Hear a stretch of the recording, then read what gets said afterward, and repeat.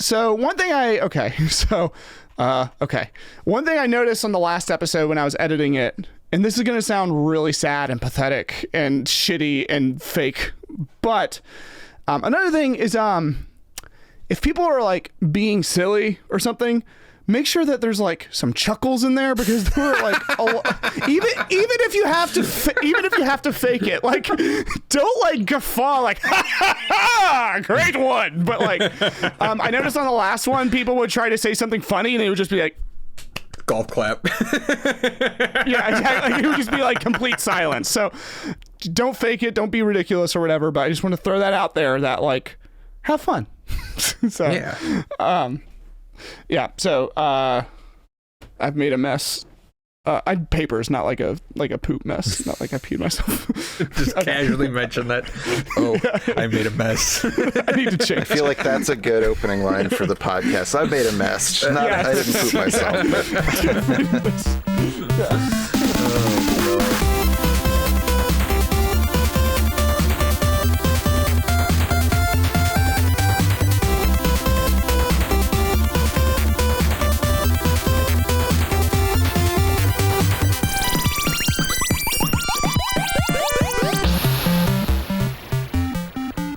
Heyo, it's Figio, and welcome to G.O.A.T Games, where we only play the best games. Today we're talking about the cult classic Earthbound. Is it great? Does it deserve to be a cult classic? Or is it overrated? What makes it great or not great? We're going to figure it out. I'm joined today by Rob. Hi, everyone. Rob, Super Captain Rob on Twitch. I'm a variety streamer there. And yeah. Excellent. Welcome in, Rob. And I'm joined by Steve.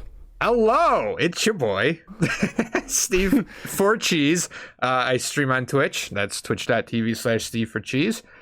This episode will be better because I was not on the last one and I'm on this one. So there you go. That's true. Everyone, the reviews are in. Yes, millions of reviews of where is cheese. This episode is not cheesy enough. Yes, no, we got it. I can feel it. We have a banger. I can feel the banger juices inside me. The energy in the Zoom call is palpable. Oh yeah. So yeah, like I said up front, we are talking about Earthbound, a game beloved by, well, fans of Earthbound, and the by community all three of them. But yes, by a certain there's literally dozens of us. No, yeah, by fans of the series. It started off maybe a little bit. It had a pretty lukewarm reception when it was released initially, but has gained a huge following. And I'm gonna let our co-host Rob give us a little rundown of the vital stats and why he thinks Earthbound may or may not be a GOAT. Sure. Rob, take it away. Okay, so yeah, Earthbound released in August of 1994 in Japan and got a release in June of 1995 in North America. It was developed by Ape and HAL Laboratory. You might be familiar with them because they make the Kirby games. It was written by Shigesato Itoi, who also directed it. I did a little bit of research onto Itoi, and kind of interestingly, the Mother series, Earthbound is the second in the Mother series, is kind of the only notable thing I've been able to find his name on. He helped them make a couple of Monopoly games, and then he was also the voice actor, apparently, for the dad in My Neighbor Totoro. So, interesting facts about him. I don't even know what that is. It sounds like an anime, Hayao Steve. Miyazaki movie. If you're from, a good anime. It's a Studio Ghibli movie, yeah. one of their well-known ones. But yeah, so Earthbound actually did perform very well in Japan. It just sold very poorly in the US. So it sold 518,000 units in Japan, making it the 10th best-selling game in 1994. But its sales in the US totaled only about 140,000. Many consider its U.S. sales to have been hurt by an ill-advised marketing campaign. The kind of notable piece of this marketing campaign was a advertisement in Nintendo Power, which featured scratch and sniff components and the tagline, "This game stinks." It also released bundled 100% of the time with a strategy guide, which many also considered to be one reason it might have had a hard time critically, or had a hard time in terms of sales, because it was more expensive since you had to buy the strategy guide with it. And some people also just think it could have been too weird for North American audiences. So over time, it has been looked on much more favorably by history and has become a cult classic. In part, this is due to the inclusion of Ness as a character since the inception of the Super Smash series, and partially it's due to the role that it had in inspiring later games such as Undertale. But yeah, do we want to do a little elevator pitch to kind of describe what the game is about? Yes, please do. Okay. Go for it, Rob. You have the floor. You tell me to shut up. You tell me to stop talking. In Earthbound, you play as Ness, a child with psychic abilities who is told by an alien space bee from the future that he is the chosen one who must save the world from the ultimate evil of Gigas. To do so, you must journey to 8 special sanctuary locations to gather their power, that you may use it to fight Gigas. As you play, you gather a team of unique characters with a variety of abilities who help you on your journey and in your battles. You'll fight snakes, haunted trash cans, dinosaurs, and hieroglyphic entities, just to name a few, and you'll venture through cities, alien fortresses, manifestations of your own interior mind, and also just like a lot of caves, like a lot of them. Mini caves. Yep.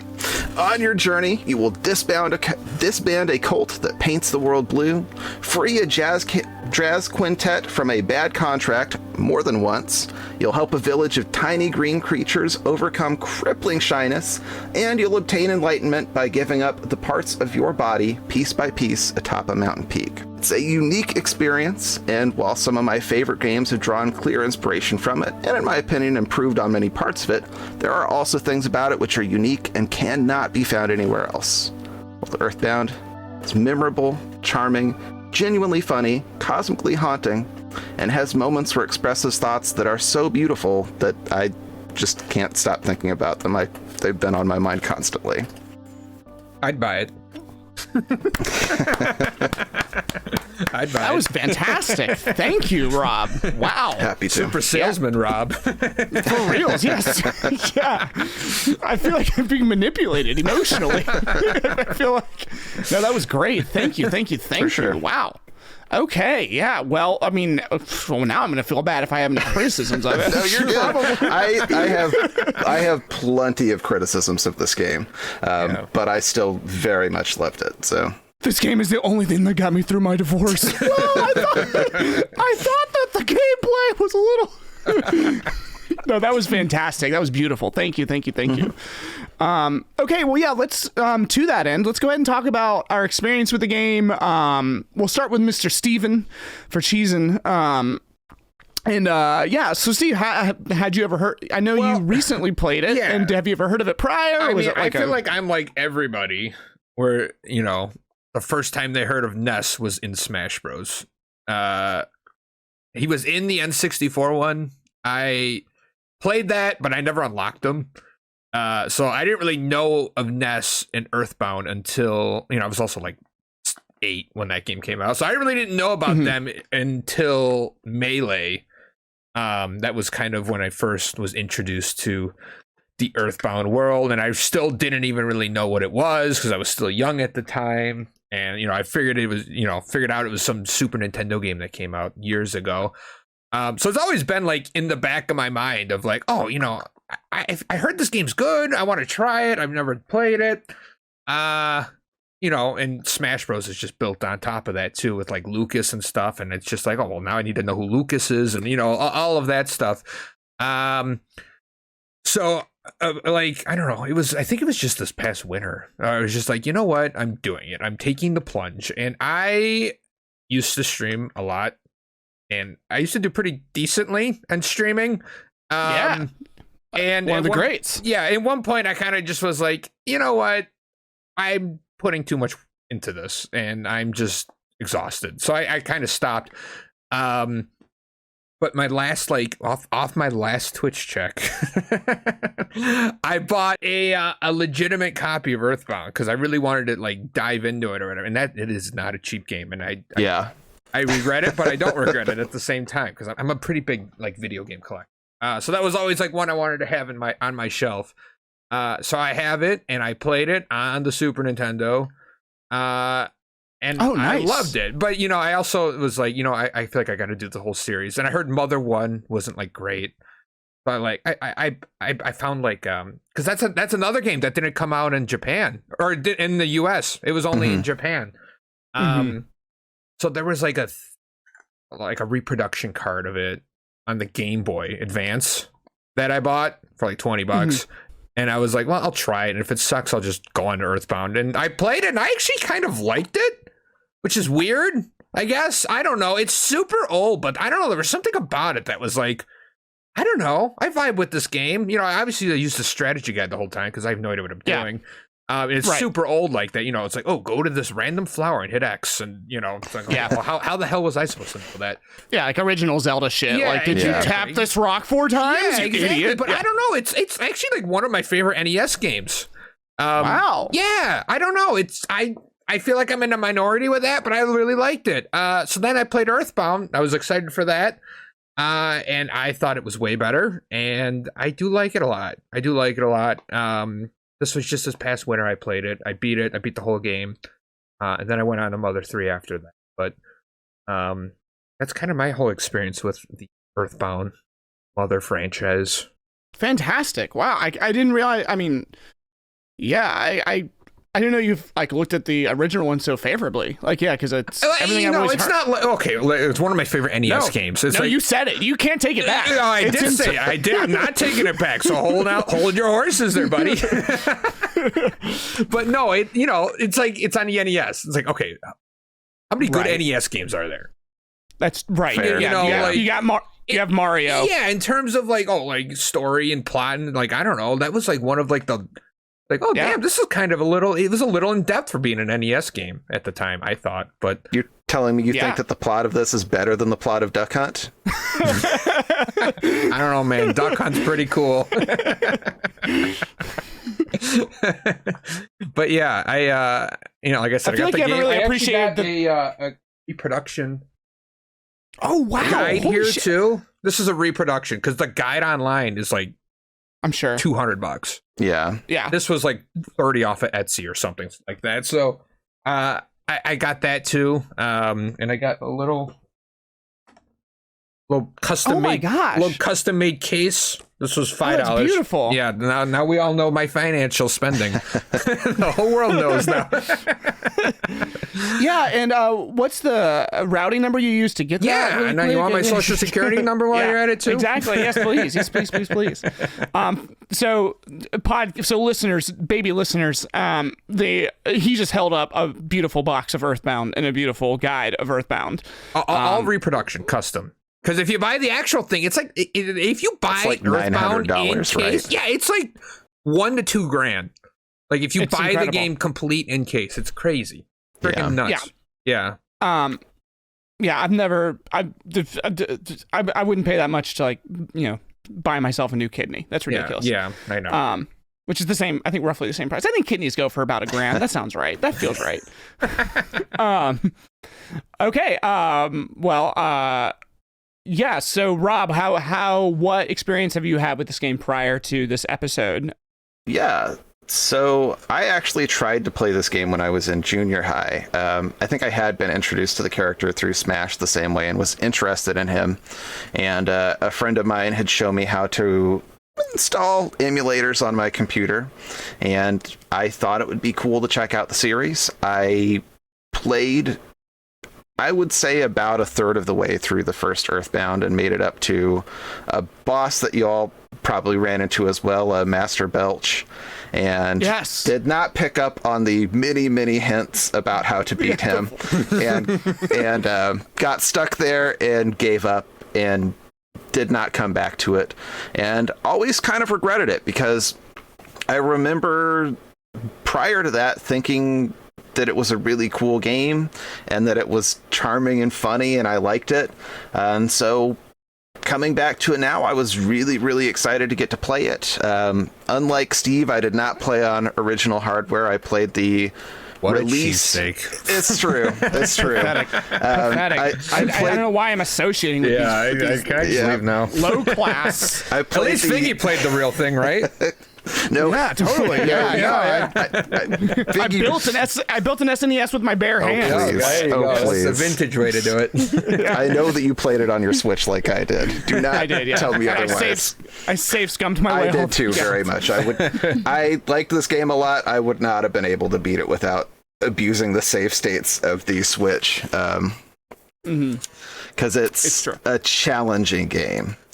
But yeah, I loved it a lot playing it this time around. It was an awesome experience to get to stream too. The community around the game is really great.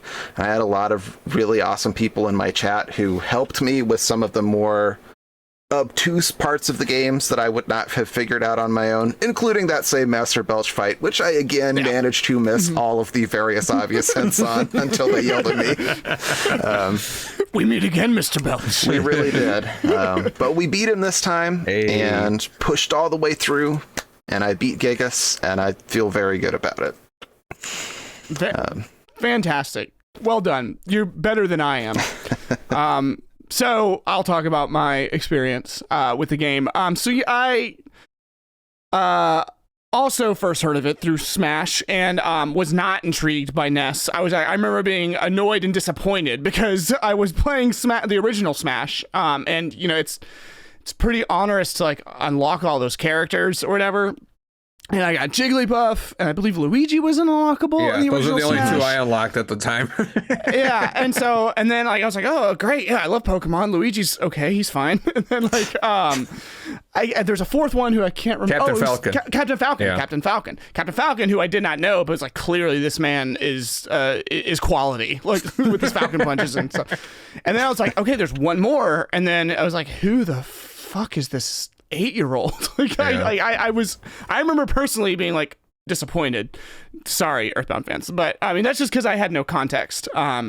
Later in life, I kept hearing about just this game has a really a fan base that really loves it and devotes a lot of time, and I just kept hearing about how great it was, and I picked it up in first college when I was couldn't get into it. I tried the fighting style. I don't usually care about graphics, but like I was like really thrown off by like how like there's no like background to fight in during like the fighting cutscene. Stupid shit. Like I was a fool. That's a dumb reason to not like something. But I just couldn't get into it. I tried. I got like maybe through like the first town. On it. That's what I'm going with. And then but then I played Undertale, which was I mean I'm not going to turn this into an Undertale episode, but I played Undertale at like a pretty low point in my life, and I was like that game affected me probably too much, and I had heard that like it's like based very heavily on Earthbound, and so and then I played it, and so I've always had like an interest in giving it another shot, and finally I've had an excuse to. Due to me being a generally shitty person, I did not finish the game but this episode, but I've enjoyed my playthrough so far. I'm like probably about 2/3 halfway through. I'm guessing. But how many songs do you have? How many songs do I have? Whatever you want to call it. Yeah. The sanctuary spots. Yeah. 3, I think. 3. Okay. Yeah. What was the that last not thing in the enough? game Oh, you did? Okay, don't put me on blast. I'm just here, 'cause curious. I'm just Don't curious. put me on blast here. Okay, I'm past Belch. And I'm okay. Oh shit! Is that like still the beginning? 'Cause- Yeah, you're in like okay. the first half. Great. Okay. Well, I tried. Okay, I tried my best. My day job is. I'm not gonna make You're excuses. probably I'm like just a shitty. third. Great. Awesome. Fuck. Okay. That's not terrible. So I'll be deferring to y'all as far as the plot goes. But I've enjoyed it so far. I have not been able to have enough time to play it as much as I'd like. It's way longer than I thought. I was under the impression that this was like a fun romp. Like I was like, oh well, I'll be in and out in like 8-10 hours, and like.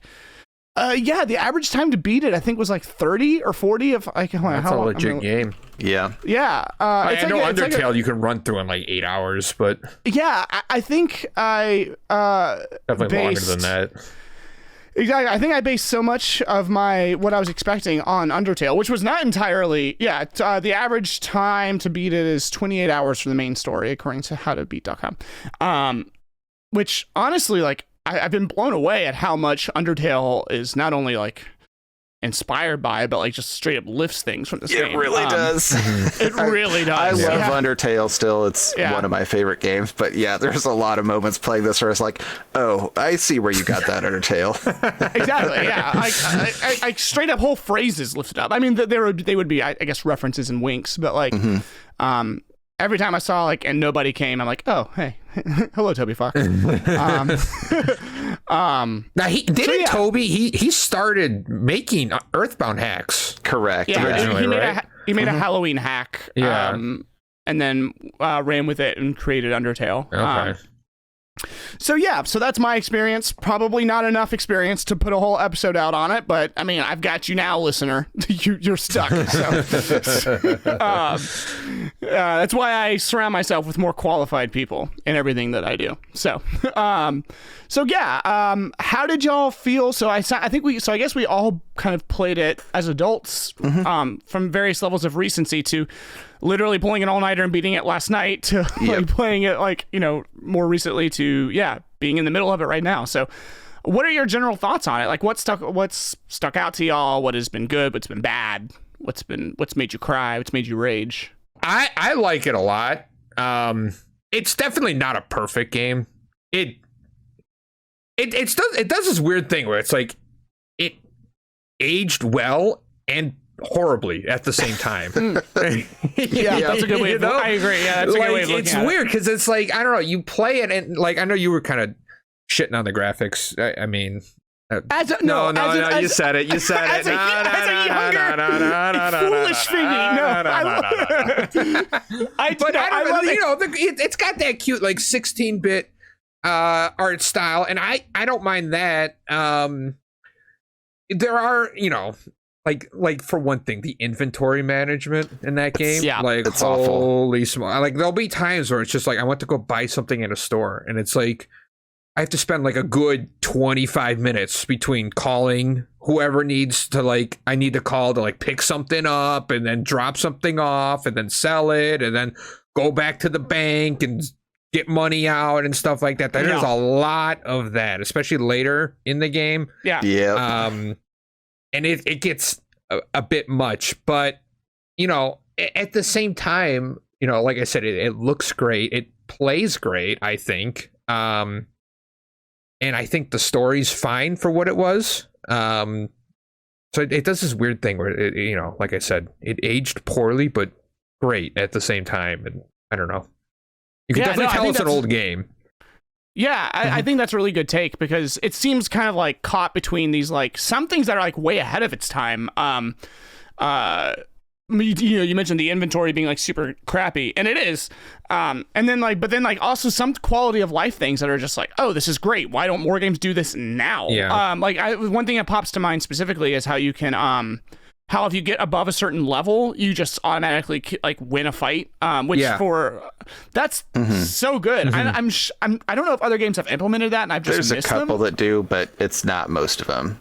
Yeah, I don't know if Earthbound was the first or not. I have never encountered that. So smart. And I actually read online that was the creator didn't want to put that in, and I think Nintendo like came in and don't quote me on that, but I believe that was actually like added on later. But then other aspects have not aged as well. Like the inventory system isn't great. One thing I like too is the like the scrolling HP. It's a really cool feature. It's a feature that's also like hampered by some other parts of the game. Yeah. So for example, the game, when you start, you pick the text speed that you're going to use. And if you pick the fast text speed, then the text goes by so fast in battle that you can't read it. But if you pick the slow text speed like I did, then what happens is you get... So what Steve was talking about, to, I guess, explain to viewers who don't know, or listeners who don't know, is that when you take a hit, your HP does not immediately drop down like it would in another game. There's this rolling meter, so you take 100 damage, and your HP starts slowly going down from 200 to 100. And if you take a mortal amount of damage, but manage to heal before you hit that mortal amount, you can stop yourself from dying, or your teammates. And what I ran into again and again and again was that because I had the slow text speed on, even though I would start that process and be just like, please go faster, I'm begging you, but you'd have to wait through like multiple teammates' turns, and the enemy would use an attack that took like 4 lines of dialogue, and you just have to sit there and watch in desperation. Now you while your do know died. you can change your text speed. I do Mid-game, okay. So this is a place where, like, I think the Switch version, because I had the save states, I leaned on that a lot. And in order to change the speed of the text, you have to actually go back to the main menu of the game, which means you have to save the real way. Oh yeah, like a plebe. Because I was leaning so real heavily way, on God the save forbid. states. Yeah. Your boy played the whole game like that. I mean, you did, and I think that's really impressive because you had to talk to your in-game dad so many times. And in-game dad. Yeah. I didn't even pick up that that's what was happening. I was like, oh, I've taken mortal damage, but I'm not dead. I didn't even pick up the fact that it was scrolling down. Yeah. That's so interesting. Yeah, that's something that's not in other games. Like I know, that I noticed or whatever. No, it's not. Like I just played Final Fantasy VII, and like I played that after Earthbound, and it's like, it's similar RPG or whatever, and it like. That feature went away from me, and I'm just kind of like, oh, because it was nice. It was nice. No free lunches here, baby. Right? When you die, like, you die. You're dead. It's like, okay. Yeah. Yeah. So I'm speaking now that we're kind of talking about the battle and the mechanics, there were aspects about so I feel like there were some great things in the overworld, like I mentioned, like avoiding battles and stuff that have aged really well. I feel like I don't know, like. So I'll say up front, like this game, I enjoyed it. It hasn't so far, at least. Again, I don't want to speak to. I mean, I've played it for like what? It's gotta have been like 10, 15 hours or so by now, and it has not really grabbed me in such a way that I'm like, oh my gosh, I'm in love. And a big reason for that, and I like turn-based RPGs. I grew up on them, love them, particularly the Final Fantasy series, as you know, most people have, but.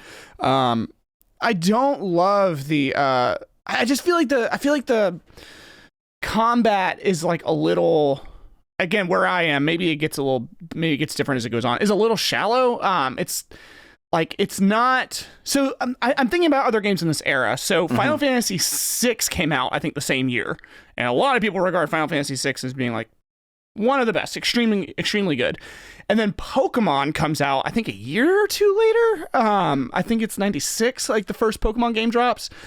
And like, well, Final Fantasy had kind of like gotten into this like groove of like, this like super mostly in-depth mechanics where you can kind of like, min-max to your heart's desires.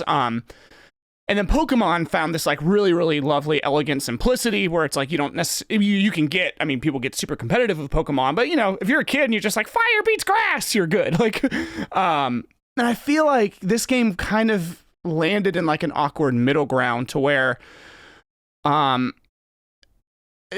think it's partly due to a large chunk of it, at least again, in the beginning, you're kind of like one character. So you're kind of forced into like a loop to where you're basically only ever attacking. And then your attack options, they expand. Like I love the, what's his name? I named all my characters, so their original names I forget. Is it Jeff, the techie guy? I liked his mechanics the most so far from what I really played. Just cool, because, like his he wakes up and he invents things and he uses items. Really great touch. But up until then, like when you have Ness and Paula, I named them, one of them after a viewer of mine, and the others are named after Sex and the City characters. So I'm trying to, I have to think about the real names. You're kind of just in this loop of like always hitting either the attack button or like your psychic offense. And there's, it might be getting down to the nitty gritty of the amount of damage enemies do versus like receive versus, to where it's like you don't really have enough room to experiment. I always feel like if I'm not attacking, I'm like wasting a turn kind of. Yeah. It definitely gets, I think, more interesting as you go on, but you're also not wrong. Like I really like, I love so much about this game, but I do feel like the gameplay is kind of where most of my criticisms of it come in. Yeah. And I think like the battles are a big part of that. First off, there's a huge lack of visual feedback in the battles. And that, you know, like, it's just hard to get engaged in that. And that was not uncommon for games of that era. There's a couple moves that have like visual things that go with them. So like some of the psychic attacks will have some kind of cool visual stuff that goes on, but none of it really feels that impactful. You know, enemies are just like floating in a weird psychedelic void. I do like those backgrounds. Let the record show. They are cool backgrounds. But yeah, it can get very dull, and especially like, because even though you can technically dodge battles, a lot of the hallways are so narrow that you can't realistically dodge battles. So you have to either take a lot of unnecessary battles that you don't really need in terms of like leveling, or you have to do what my viewers taught me to do, which is that if you go off of screen, enemies can despawn. Essentially a refresh. Yeah, so I would just be like slowly back and forthing up of hallways because I didn't want to do another fight. Because the combat was kind of a slog to get through. There are times when it is really cool and really satisfying and you're able to like do something strategic, but a lot of the times it isn't very engaging. Yeah, I agree. I think you touched on a good point, which is the visuals, which I think is where a game like, I don't know, like I feel like this may not be a fair comparison. Just like, I'm going back to Pokemon, which came out very shortly after. I think Pokemon gets such a pass on a lot of its simplicity because the visuals get you there. And maybe not the visuals of the attacks, because tackle is literally just like, the tackle attack is literally just like, but like, you know, you can just see the Pokemon on screen. You can see the Pokemon. They're cool or cute or fun to look at. Exactly. And I think that is the secret sauce of building a battle system that's more simple but still engaging.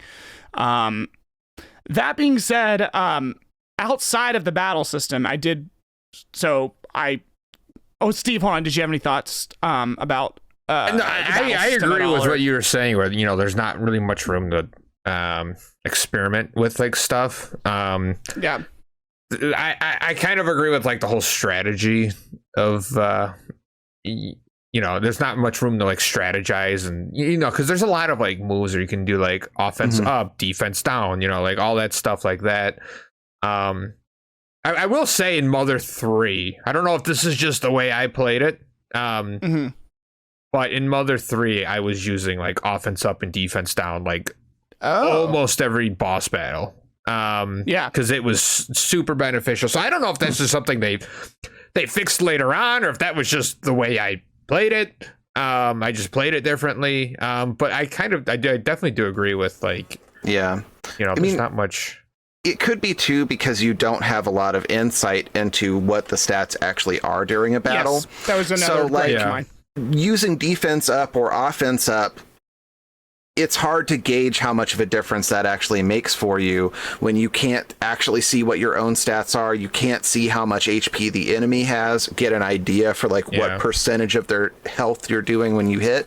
So like the battles leave you with so little information that investing in a turn in the use of a defense up, it's hard to know if it's actually worth it. Yeah, no, totally. And that's a good point with like the health not on the screen either. Like I forgot it's not on the screen. I just remember that.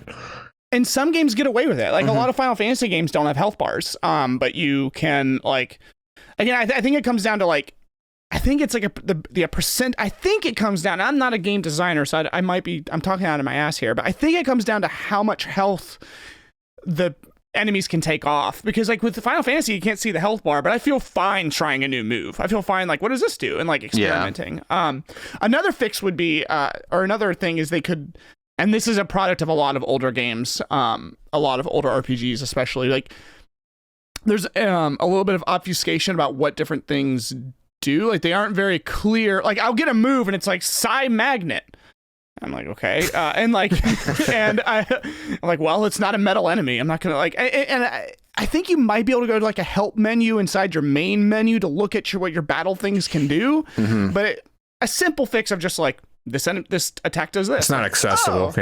Yeah. Exactly. Yeah. Which that's not so much Earthbound, I think, as much as the gaming era. Like, I think as games were refined, we kind of got more like, oh, people need to know what shit does. Yeah. Well, and the thing is, some of those moves, like Psi Magnet, is honestly not worth using. So what that move does is it lets you siphon off some of the PP from the opponents, but it gives you so little that it's just like, by the time you need it, even if you do need more PP, it would be better to just use a smash attack. You're almost just stealing it just so they don't use it. I guess, that's a fair point. Like, that's kind of what it's... but there again... it might have even been Mother 1, but there was one boss battle where I looked up like a guide on how to beat it, and it was just like, just use Psi Magnet and suck all its PP away, and then you can't attack. It might be Mother 1, though. Yeah. It might have been Mother 1. Like, the lack of information that you have about your opponents really hurts you, because, like, I didn't even realize until very, very late into my playthrough that enemies had a limited pool of PP. Yeah. So, I didn't realize that either till just now. Like, I would have... Like, a lot of games, they leave... That's not the case. It doesn't tell you.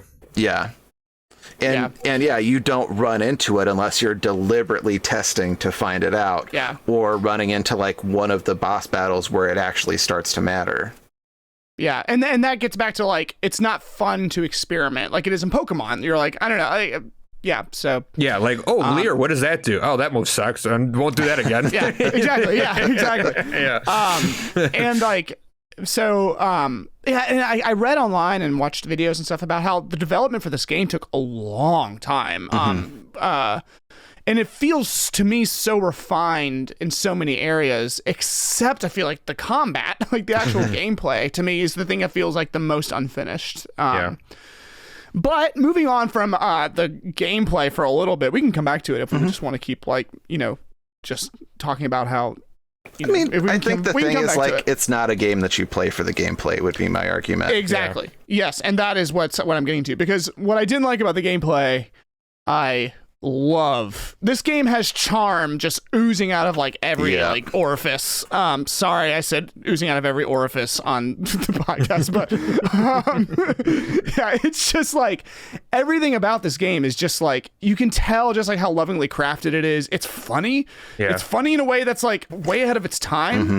Like it's not like 90s like humor, which can be funny on its own like sometimes, but like it feels like I feel like if it came out today, I would be like, oh yes, this is internet humor. This is whatever. This fits in the pantheon of now games. That's a weird way of thinking, but yes, that's. Yeah, I mean, I think the thing is like, like you were saying, it inspired Undertale, which inspired so much of what the indie game space looks like now. Yep. So like, we're kind of seeing it in a weird reverse. But exactly. It's a game whose cultural impact was kind of delayed in a lot of ways because it went so unnoticed for such a long time. And then it started to really have an impact through the games it inspired. Yeah, absolutely. And it was ahead of its time, both in like, came out in the 90s. And then additionally, like, kids are smarter than we give them credit for a lot of times. But I feel like a lot of like the weird offbeat, like I feel like a lot of the humor of this game kind of like requires a little bit of understanding about like normal conversation and human behavior. Like it feels like it's geared towards like adults. It's like, kind of got like a how like when you pass people on like Grand Theft Auto and like they'll say like some stupid like generic like American thing. It's kind of like that, but exactly. But on the Super Nintendo, and you have to go up and talk to them, and they'll say something weird. Like I love that it's like you're playing as a kid. And like you'll go up to like an adult, and like the adult's like the dumbass of like the game or whatever. It's funny. It's clever. Like at the beginning of the game when like Pokey's mom. I don't remember his name. When she like she's like, oh, a bee, and like slaps the shit out of it and kills it. And it's just like, you just killed the strong bee. You just killed Buzzbuzz. What the hell? Forgot about that. Yeah. It's just funny. I don't know. Or I love how like at random times, like I started calling him a photograph Jesus will just like come down from heaven. Just like it's time to take a picture. Fuzzy Pickles. That's a joke that's funny until it's happened like the 1000th time, and you're just like, oh my god, dude, can you stop showing up? Yeah, it's weird because it's annoying, but it's also like part of the charm. It is. Like, I don't know if I should like this or hate it. Like it's you know. Yeah, But I'm that's trying like to hit one of, A to skip all this dialogue as quick as possible anyways. yeah, and that's like one of the fun things about streaming it is people will come into your stream and just fuzzy pickles, you know, like, Pickles, yeah. it's like the meme of the game. Yeah, it's so like, yeah, I love the vibe of this game and just like the charm. It's so good. Even like the world, I think the world is like really, I don't know if that's like a later point or something, but like, it's a pretty cool world that they built, where it's got like a mix of everything, but also keeps it realistic at the same time. Like, oh, you know, you're in a small town, you're in a city. Oh, now you're in a desert, and it's like, oh, okay, now you're in like a ancient Asian city or whatever. You know, it touches a little bit about everything. I think it looks cool too. Yeah, for sure. Yeah, the world from, again, haven't beaten it. I'm a plebe. Fuck me, but like it does such a it starts you off in like such a, it's not made in America, it's made in Japan, but like you really get this feeling of like you're in a slice of Americana. Like Onett feels like home. They do a really good job of that, and making it feel everyone just feels really lived in, and like it feels like the way a kid would imagine an adventure progressing. You know, you feel like slowly getting more and more weird up until the town of Mr. Saturn, by the way, special shout out. I know that's not like a hidden gem. I know he's like the mascot or whatever, but like, again, so that's like, I'm like, oh, so this is where Toby Fox got the idea for Temmie Village. Yep. It's like 100% the same thing. The same thing, yeah. But so good. Like, but so hilarious. So good. And there's a guy whose job is to build the dungeons, which I thought was really funny. I'm the dungeon man, yeah. So he comes back later in the game, Figgy. I know.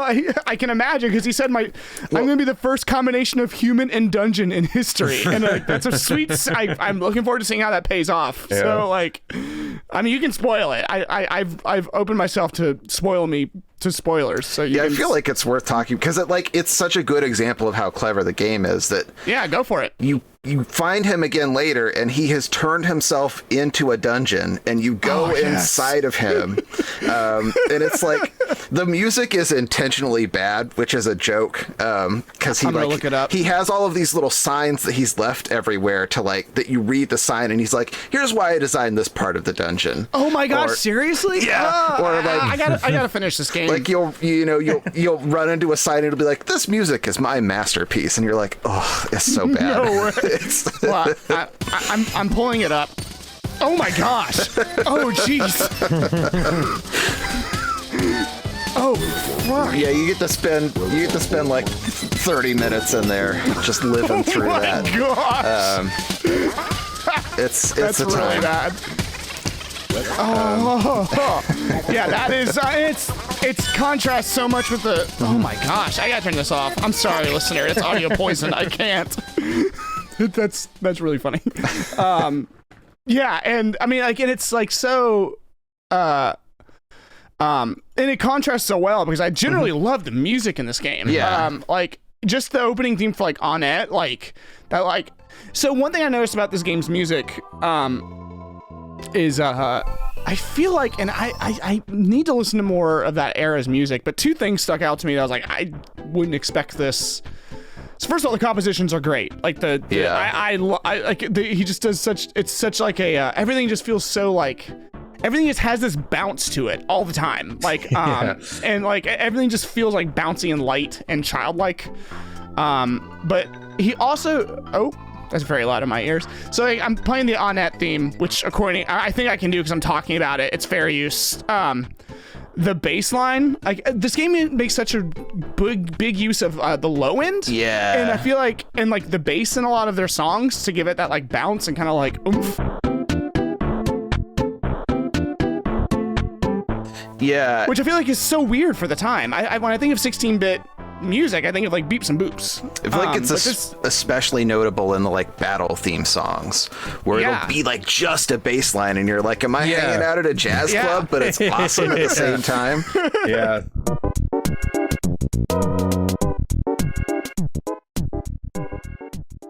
Some of the battle music I wasn't really into, but I definitely liked like the music you found around like the world and the different towns and the cities and stuc stuff like that.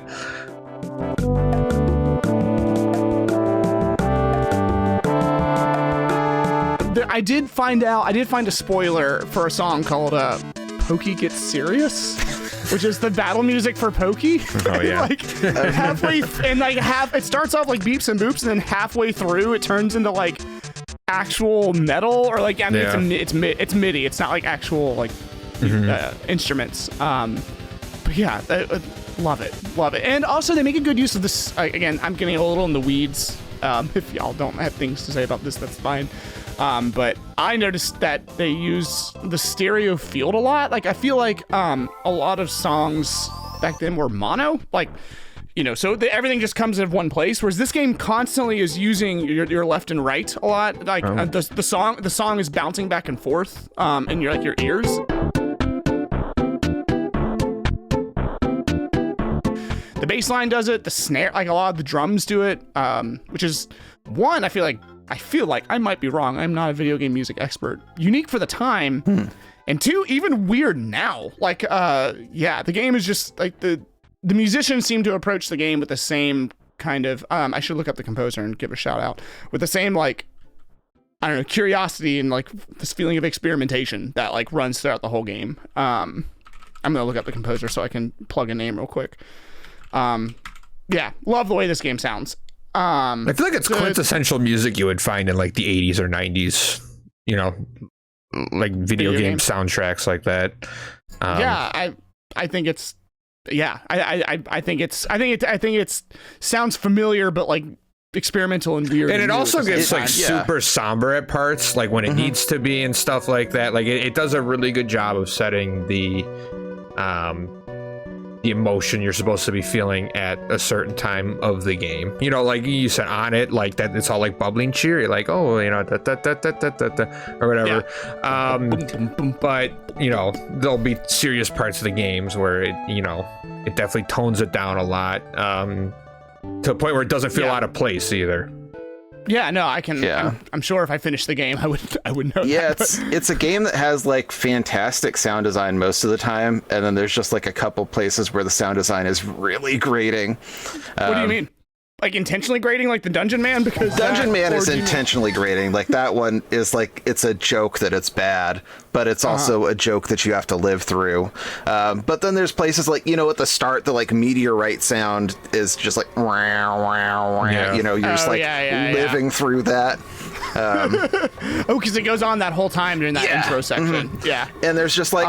and the bee. I remember you hated the bee sound. Yeah, I was gonna say Figgy was concerned that he would have to hear the bee the whole time. Yeah, no, I almost put the game down. I was like, this guy, and like when the mob killed him, I cheered. I was like, okay. Yes! Also, to be fair, Buzz is in your party for like what, 5 to 10 minutes, and Figgy was doing all this other extra streaming stuff, so that the bee was buzzing in his ear for well over an hour.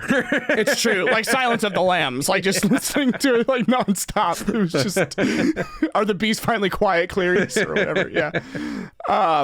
So the composer, just a quick shout out, according to Google, is I'm going to mispronounce the name. I apologize ahead of time. Koichi Suzuki and Hirokazu Tanaka.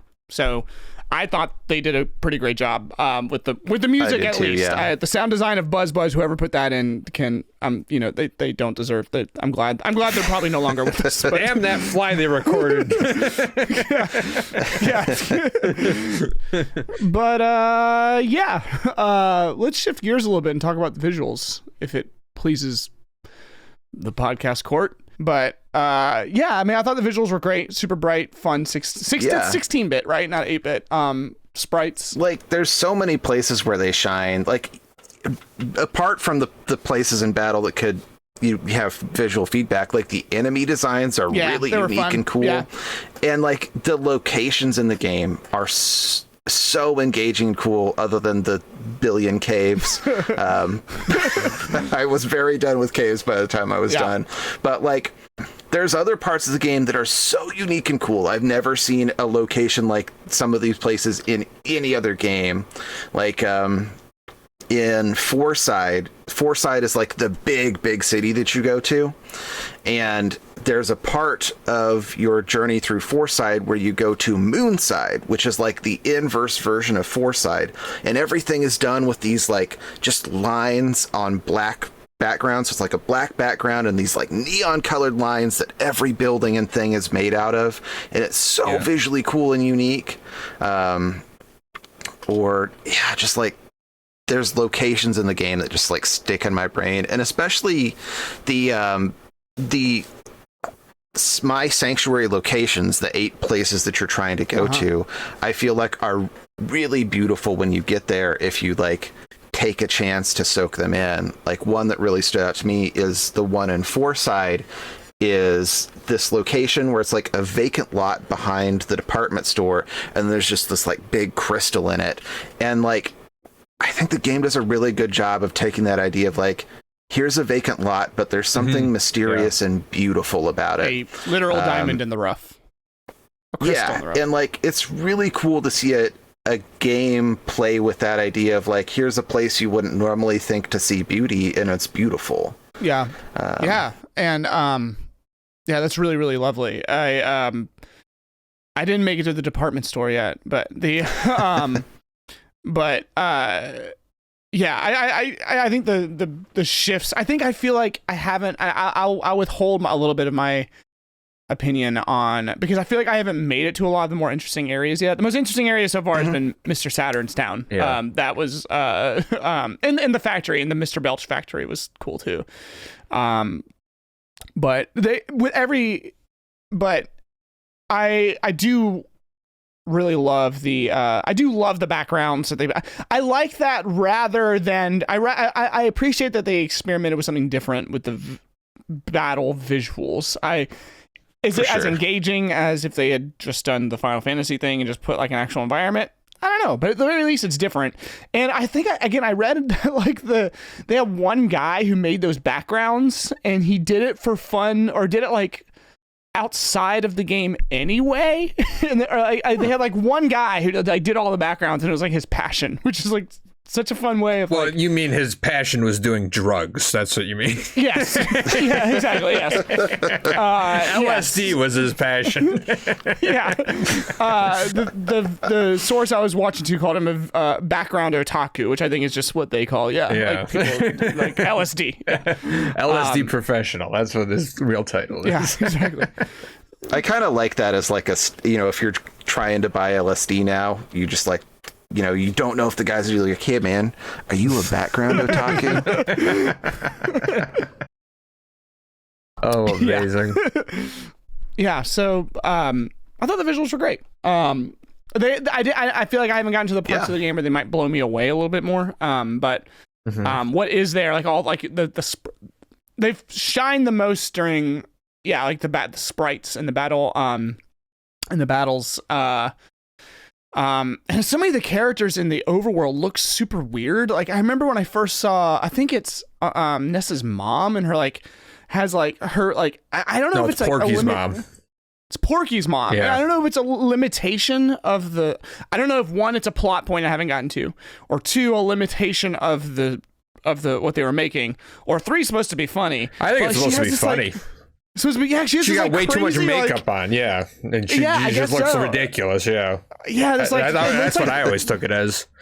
Yeah, I'm pretty sure Heath Ledger referenced her for like his performance of like the Joker. Yeah, she looks like wild. So even I love Porky, whatever. I don't know. I think it's Pokey in Earthbound, but I think in Mother 3 he goes Porky. Correct. Yeah. So he was Porky in the Japanese version, and then they changed him to Pokey for the US release. Yeah. But then Mother 3 didn't come out in the US. It's the translation is Porky in that game. But regardless, I love that character because he's just such a dumbass and like a fat bully, and it's just like, I don't care what you think, Ness. This is the way. He's just, I don't know. He's awesome, and he finds himself in like every bad guy. And he somehow just gets like more powerful as like time goes on. It's like, how is this happening? You're just like a 8-year-old annoying brat kid. Like, what is going on here? Yeah.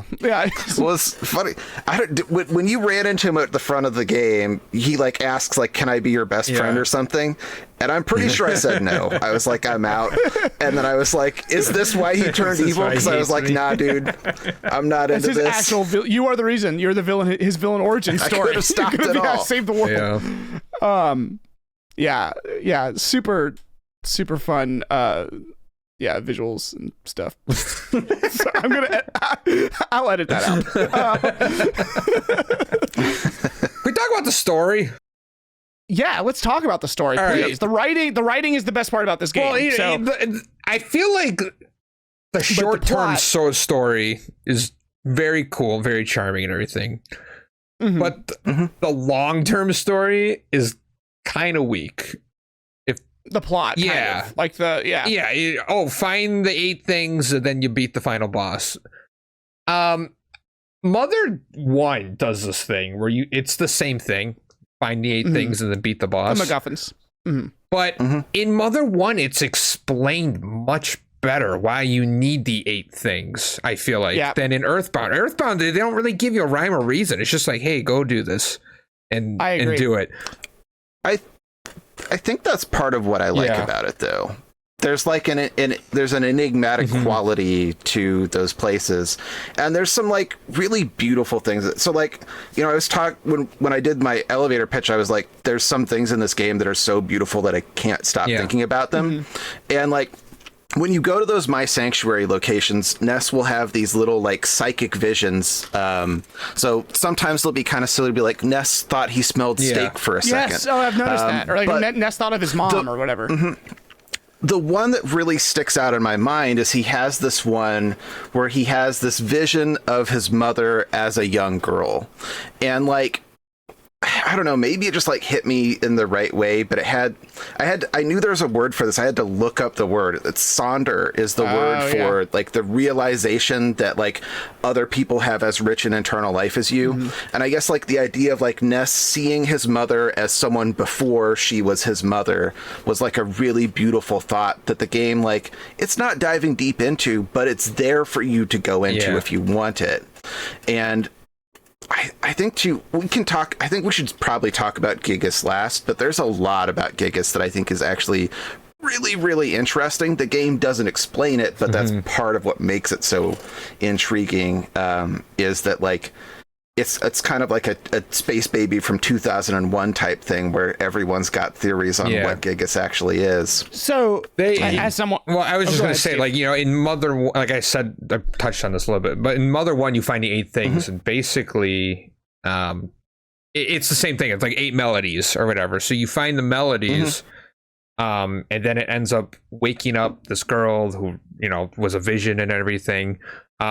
But then the final boss is Gigas again, and the girl that you woke up was quote unquote this Gigas's mother, and she would sing this. She would sing this song to him as a kid when Gigas was growing up, and so during the final battle, you have to like just sing the song, and like Gigas would slowly like come to his senses, like, oh, you were sent by my mother, and I can't attack you, and then he eventually just like eats out of there. But it gives you that like, oh, there's a reason for this. Where I feel like in Earthbound, it's like, go to the 8 sanctuary places, but it doesn't really explain, and maybe that's on purpose too, because the bee is the one that tells you, and the bee kind of dies real quick, and maybe that's just kind of like the direction they were going, was like, hey, I really don't know why I'm supposed to do this, but it's what the bee said, and it's the whole overall point of the game. So I'm just gonna do it, and I'm just a kid, so I'm not gonna know. No one's gonna know, because this is all stuff that like goes on in the future or whatever that you're trying to prevent. So maybe that's just kind of what they were trying to go for. So I think that what happens after you get the 8th space kind of fills in the 8th sanctuary kind of fills in some of what they are. Because when you get the 8th sanctuary, my place, Ness like passes, he like faints. And he goes to this world in his mind called Magicant. And the world of Magicant is like made up of all of his memories. And you like talk to various things in there, and there's things like, there's like a snowman that you can talk to there, and that's like a really cool place says, like, hey, too, by the way. Yeah, Yeah, and the snowman's like, hey, I'm a snowman that you built when you were like 5, and I was only here for a day, but I still live here forever in your memories. And I think the 8 places that you get are these like little pieces of his past. And when he gets them all, then he like goes to that world of Magicant. And in Magicant, you pass through it, and then you ultimately face the evil version of yourself as embodied by a golden statue, which is a very hard fight. Especially when you don't have save states. Like, yeah, for sure. I believe it. But yeah, like I feel like that's what they are, but at the same time, I kind of love that because it's so vague, it leaves that up. Like that's an interpretation of what happens, and I don't know for sure if that is.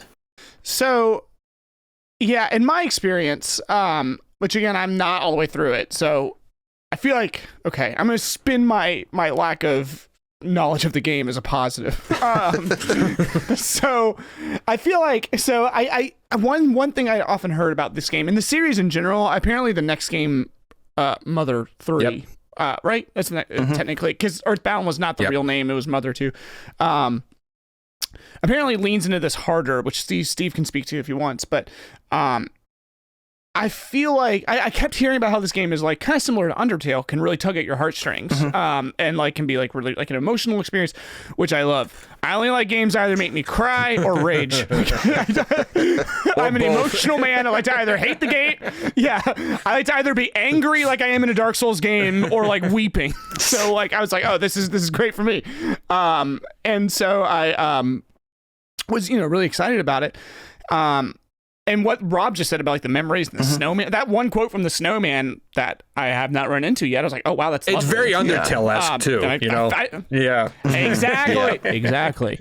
So, but and again, this is a criticism that is kind of it's just my opinion. It's not a lot of people would probably take umbrage with this particular viewpoint, but I have always said of not just games, but any kind of like work of art or anything that's requires time in a work of art, I guess, a painting may not necessarily. I feel like if something doesn't do a good job of drawing you in, not immediately, because slow burns absolutely exist. But if a piece doesn't do a good job of like making you want to keep experiencing it, then that is a shortcoming of the piece. That's my opinion. That's not like fact or whatever. That's not like, I'm sure actual critics would be like, oh, well, you're just a pedestrian, like Philistine, fuck you, or whatever. But like, so I am actually leaning more towards Steve's side, which is that like, in my opinion, the game doesn't do enough to motivate you early on. And Undertale, so like, again, comparing it to Undertale, which is probably, it's may or may not be a fair comparison. One, Undertale is shorter, so it's not as much of a slog. But two, like, I feel like Undertale, even though Undertale doesn't give you much motivation either, you just kind of fall to the bottom. You're like, I don't know, figure it out. The game, I think, drops enough breadcrumbs to keep you wanting more, and the characters engage you enough to like make you want to like want more as well. And the characters in Earthbound are great. But they largely are just kind of like existing. Yeah, there's no sands, really cool. There's no papyrus and exactly. There's no one that's like pulling you forward. Everybody's just like, I don't know, you're a kid and this is life, and that's cool in its own way. But I feel like to kind of like have a like put a relief against that, or to like bring that into contrast, the game should do more to be pulling you toward it. Because right now, where I am in the game, I'm just going from town to town because the game's like, well, this is next. And I personally think that that's a shortcoming of the game. I know you said like you heard that they do that better in Mother 3. They do. Yeah, that's my from what I understand, Mother 3 improves upon like the actual like not story but plot of the game, and also like leans a lot harder into like the emotionalism of the game, which has always been so maybe that would be more the game for me. I know a lot of people that are like, Earthbound was like okay, but then they played Mother 3 and they're like, this is what I need to be playing more of. Well, dang, maybe that would be your taste. I don't know. I feel like Rob would like it a lot. I'm very if you like interested Earthbound, to play you'll definitely like Mother 3. I mean, this is not a Mother 3 podcast, but I don't know. Controversial take.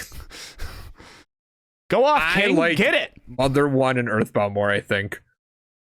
Yeah. Then Mother 3 is Mother 3. I've always heard of Earthbound being the game, but is Mother 3 like the game that people? A lot of people have it as being the game. It's either that or Earthbound. It kind of just depends on what you like. You know what my issue with Mother 3 is it's a portable game. So they do chapters, and I don't feel like a game that's kind of like Earthbound should be split up into chapters. They do a good job of it. It's a great game and stuff. And the combat's better, and the graphics are better, and the inventory management's better. Everything's better about it. But that's just kind of my taste with games in general. You know, like Luigi's Mansion 2 did the same thing. Where I was like, I didn't like it. I loved 1. I like 3 too. 3's fine too. But like 2 was just like, okay, I have to go back in there and do this thing again. It's kind of like that a little bit.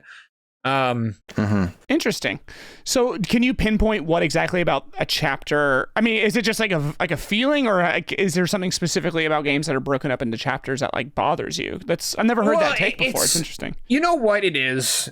If you have a world and you split that world up into chapters where it's like, you know, the world is only so big.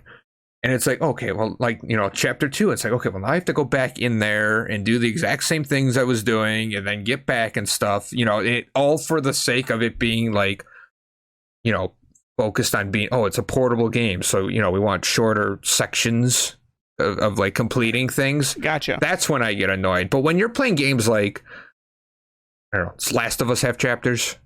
It does. Maybe, yeah, where you're progressing the entire time. That's when I'm fine with it. Gotcha. So you need to either have a complete feeling of freedom or a complete feeling of like a singular story. It's this middle ground. Yeah. Right. Yeah. I see that. I could see that being. It hurts the feeling of connectedness, and that's kind of where my complaint with that was. But it's still a really good game. Like I said, I would definitely recommend it.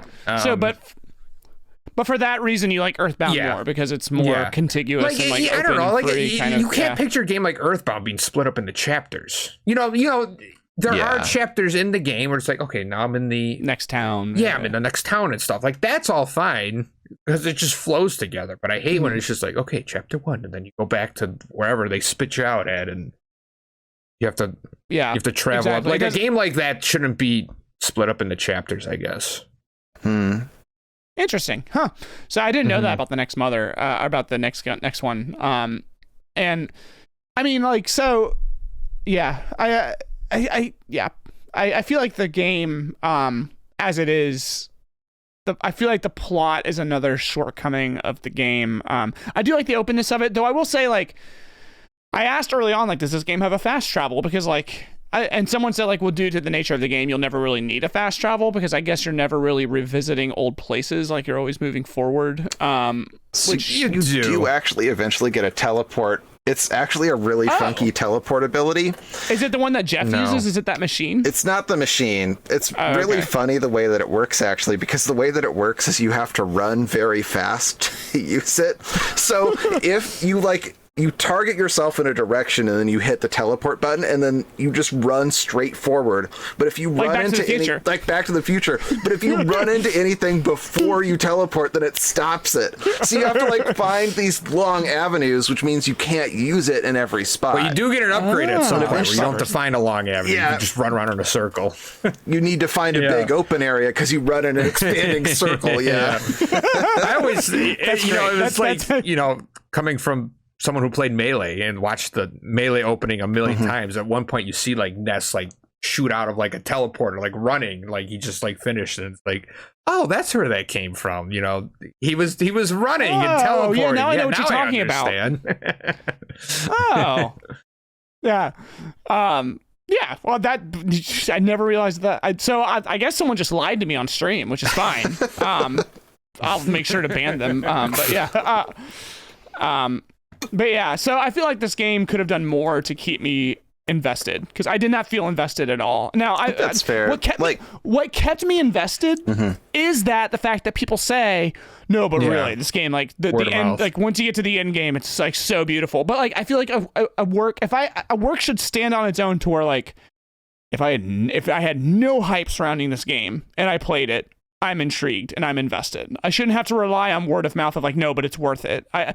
That's my personal feeling. A lot of people would disagree. Like, I'm okay with something being a slow burn, both in like video games, movies, books, and any kind of art. I'm okay with a slow burn to like get to the explosive ending or like really huge payoff ending. But that burn needs to keep you intrigued. That slow burn needs to keep you wanting to learn more. And I just didn't really feel that with this game a whole lot. That's personally fair. Like, I think for me, it's a game that was carried in its early chapters entirely by its charm. Like, you're right that like the bee shows up and sends you on a quest, but from that point, like the quest stops having reminders of why it's relevant to you, other than like people mention Gigas every now and again. Yeah. But for me, at least, like the charm of the world was enough to keep me. Like, this is one of the only games where I like actually want to talk to every character, because they like all have something kind of silly and Weird. fun to say. Yeah. So for me, like, that was enough to keep me going until the story starts to kick in. But I absolutely get what you're saying. And especially, like, if that alone is not enough for you, then that alone is not enough for you. I think you're right about that. Like, it's more like the world is what's supposed to keep you engaged. And if it's not doing it, then that's pretty much it. I think to play a game like Earthbound, you have to be in the mood to play a game like Earthbound. Like, you have to sit there and just be like, you know what? I want to beat this game. I don't know if I could recommend it to like my buddy who plays Call of Duty all the time. You know, it's definitely not a game like that. You definitely have to be in the mindset of like, you know what? I want to play like a cool old school RPG retro game, and that would be a great game to play. But if you're not into it, it's, you know. Yeah, I usually am. Like that's why I was kind of like, why am I not feeling this? You know, that's usually my thingy. My thingy. What the fuck? Like, I think also it was not meant to be played in the way that we play games today. Like, you mentioned this on your stream. I thought this is a great point. Like, we play games today where like you'll binge games for hours at a time, right? And I think that this is a game that really was meant to be played in a couple hours a day after school or whatever. So like a lot of the things about it that are very irritating, like the photo man showing up every time, all the time, or your dad calling you, would not really be that irritating if you were just playing it 1 or 2 hour chunks over a couple months. And like the fact that your dad keeps calling you to be like, hey man, you've been playing for a while, you want to take a break maybe, is like the game even telling you like, this is not how you're supposed to play. No, Dad, shut up. But because we play games today in like long chunks, we don't like that experience is not the way that most of us experience that now. We go in and like, we're going to do it all right now. And I think that hurts the experience in some ways. I do think, as much as I love this game, I actually think I would like it a lot better even if I had just like sat down and played 1 or 2 hours of it every day over a couple months. And I think that would let it like school and play and that would let it like soak in so much more. And that's kind of how I played it too. You know, I didn't stream it, so I was just playing it at my own leisure. You know, I don't get much time to play video games anymore with work and life and everything. But I typically try to have like, my multiplayer games I play with friends, and then like my single player game. And like that was my single player game at the time, where I would play it a couple hours a week. And then like on a day off, it'd be like, oh yeah, I'm taking off and I'm playing Earthbound, you know? But most of it, you know, it probably took me like a month and a half, 2 months to beat it, you know, just at my own pace, you know, a couple hours a day and stuff like that. But, you know, I did like it. Yeah. And so, that's a great point, because, I mean, like, the only way I would play it is, like, 5-hour chunks at a time. You know? Well, I know, like, for the podcast, we're like, Figgy, we're playing this game. You have to beat it in, like, 3 weeks. Good luck. Like, I don't know if that's, like, the most ideal way to play it, but... Well, it's the only way I'm going to play any games now. I know. Well, yeah, exactly. Exactly. Like I said, I feel like you got to be in, like, the mindset of, like... you know what? No, I totally. understand this game's gonna have flaws, but I want to experience it, and that's the best way to look at it going in. And if assuming I can find the time, I probably will finish this game, even though like I said, it's not resonating with me as strongly as I thought it would. But if the end of it, and like if it can do to me even like a fraction of like what, if it can like resonate with me even a fraction as much as Undertale does, I'm interested to see where it goes. But more so, but because of what I've heard, not necessarily because of like what I've experienced so far, except for Mr. Saturn. Mr. Saturn was great. I was like, more of this. Yeah, I know you were saying like, you heard about the ending of the game. I will say the ending of the game is very Undertale-esque with everything, with the boss, with the ending, just like everything. Yeah, I remember on stream like playing the ending and being like, "Oh, this is the Undertale ending." Also Undertale. Are there multiple endings? To my knowledge, there's not. No, right? it's just one. There are not. Okay. And I don't think there should be. The game's too big for multiple endings. Yeah. I think that's probably Undertale fair. does it fine because it's like 6-hour game and there's like 3 endings or whatever. Yep, so you could do it exactly. But with a game like this, I'm doing it once and I'm not doing it again. Yeah. I think that's probably fair. I think we should talk about Gigas, the penultimate fight of the game, what everything leads up to, and it's a really, really interesting, unique fight. So, like, you know how the whole time you've had enemies that are floating against backgrounds? Yeah. And in the Gigas fight, Gigas is the background. Yes. So no way! The LSD man. It's so good. It's really cool. To shine. It's so awesome. Yeah, like the whole background is Gigas, and as you go, he gets like weirder and trippier. There's this one part of him that like really looks like the outline of like a fetus. Yeah. It's like a crazy fight. But also, that's fantastic. Yeah. There's so many theories about like what it is and who it is and what it's supposed to be and everything. And the creator never obviously came out and said what it is. He has actually. Oh, did he? Okay, I'm totally wrong then. You can edit that part out. I mean, he hasn't said here's what it is, but he's talked about what inspired it. Okay. So he said that it was inspired by something that happened to him as a child, where he was in a movie theater and he wandered into the wrong film. As a child, he wandered into this movie called The Military Policeman and the Dismembered Beauty, which was not a movie for children and featured a very gruesome on-screen... that title? Yeah, it features a very gruesome on-screen death and dismemberment. And it was something that he remembered just like really, really scarring him. So like he said that the Gigas fight is supposed to be a representation of kind of that like childhood trauma. So Gigas is kind of like the embodiment of the terror of a child seeing something gruesome and horrifying and not really knowing how to process it. And like, oh geez, that's really represented in the fight a lot too, because there's things like when Gigas will attack you, it will say things like you're not able to comprehend what Gigas does, but he does something at you. That's so good.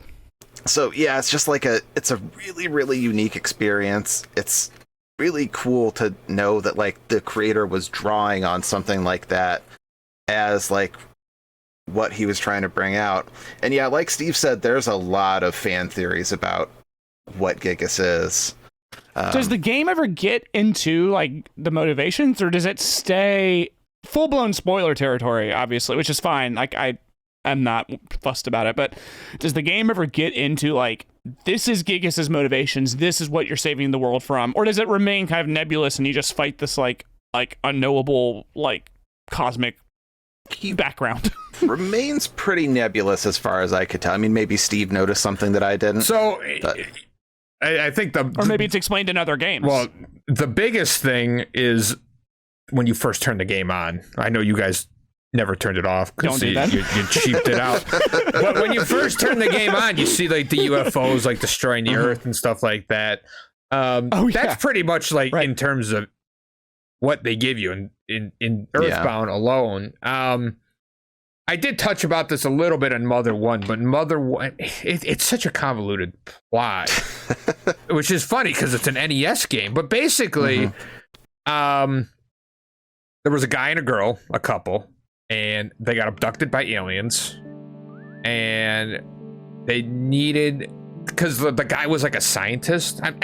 This is probably 70% correct of what I'm going to say, because I don't really know off the top of my head. But like the guy was like a scientist, so they needed the scientist, the aliens. It's very simple, but so they needed the guy. They abducted him with his wife, and they went missing. And the reason they needed him was because he was into the whole psychic abilities. He was kind of like doing research on that. And they needed him to help with Gygas, because they had, the aliens had this plan of like, oh, Gygas is going to be our weapon, our guy, our leader, our guy, and everything. So they kind of had him do testing with the psychic abilities and everything.